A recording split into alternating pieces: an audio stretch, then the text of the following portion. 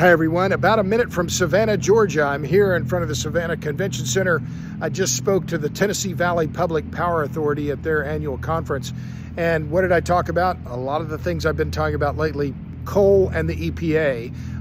And I also talked about artificial intelligence. And that was the focus of my recent Substack. In fact, the headline on that piece was the EPA's new emissions rule will strangle AI in the crib. And I think that's exactly right. And in fact, in talking to some of the people here in Savannah, there was one guy in particular, one gentleman who works for a cooperative in Georgia. He said he's talking to data center operators that are looking for 5 to 10 gigawatts of new generation capacity. And he said, we don't have it. There's no way that we can supply that amount of new generation. And when I said, well, what about gas-fired generation? He said, well, we can't build it. With this new EPA rule, if you run your gas plant over a 40% capacity factor, you have to use CCS. CCS, and that's carbon capture and sequestration. It doesn't work. You can't make it work at scale.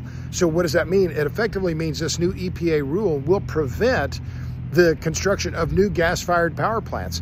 And in addition, it will force the closure of all the coal plants in America. That's 16% of all the electric generation in America. It's really an enormously destructive rule that the EPA has promulgated, and the TVPPA said they're going to join in the litigation. The American Public Power Association has joined in the litigation. So it's a very consequential rule. It has to be set aside by the courts, and that's where it sits now, in the courts. But check out my Substack. I wrote a long piece on this.